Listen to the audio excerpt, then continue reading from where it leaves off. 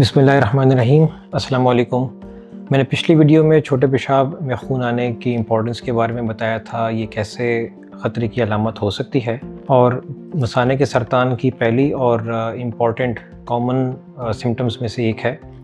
आज हम मसाने के सरतान के बारे में डिटेल से बात करेंगे। इनकी अलामात कैसे ज़ाहिर होती हैं, इसकी तशख़ीस कैसे होती है और इलाज कैसे किया जाता है।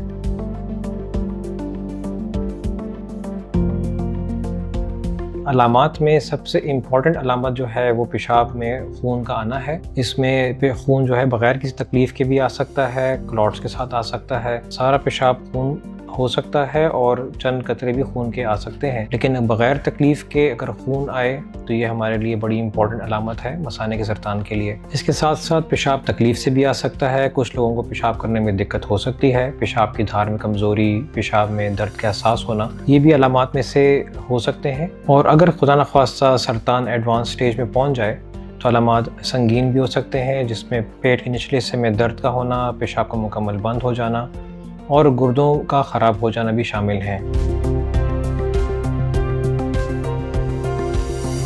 मसाने के सरतान की तशख़ीस के लिए सबसे ज़रूरी और पहली चीज़ यूरोलॉजिस्ट से मशवरा है। मसाने के सरतान की तशख़ीस अलामात की बुनियाद पर की जाती है। इसके बाद आपके कुछ टेस्ट करवाए जाते हैं, जिसमें हम छोटे पेशाब का टेस्ट और अल्ट्रासाउंड करवाते हैं। लेकिन सबसे ज़रूरी और जो तशख़ीस के लिए बुनियादी चीज़ है वो मसाने का कैमरे से मुआयना है, जिसे हम सिस्टोस्कोपी कहते हैं।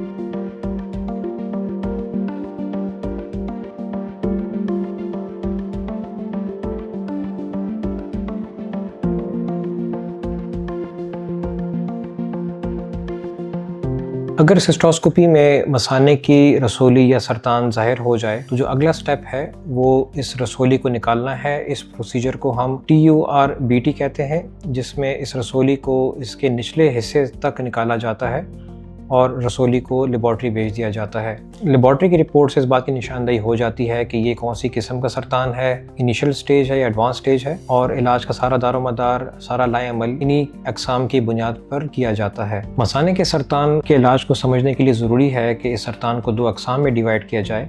एक वो किस्म है जो इनिशियल स्टेज या हल्के दर्जे का सरतान कहलाता है। इसमें सरतान मसाने की पहली लेयर तक मुहित रहता है और इसमें हमारी तरजीह और कोशिश ये होती है कि मसाने को बचाया जा सके ताकि एक नॉर्मल इंसान की तरह ज़िंदगी गुजारी जा सके। अगर TURBT में यह बात साबित हो जाए कि मसाने का सरतान इनिशियल स्टेज का है तो ये बड़ा ज़रूरी है कि यूरोलॉजिस्ट के साथ रेगुलर फॉलोअप पे रहें। ये फॉलोअप्स हर 3 माह बाद कराया जाता है, जिसमें ज़रूरी टेस्ट के साथ साथ कैमरे का मसाने का मुआयना, जिसको हम सिस्टोस्कोपी कहते हैं, भी करवाया जाता है और ज़रूरत पड़ने पर TURBT भी किया जा सकता है, ख़ास तौर पर अगर सरतान दोबारा ज़ाहिर हो। इस दौरान इस बात का भी फैसला किया जा सकता है कि मसाने की कीमोथेरेपी की ज़रूरत है या नहीं। हालात, अलामात और मसाने के सरतान की किस्म पे इस बात का फैसला किया जाता है कि फॉलोअप कितने अरसे बाद किया जाएगा और कब तक कराया जाएगा।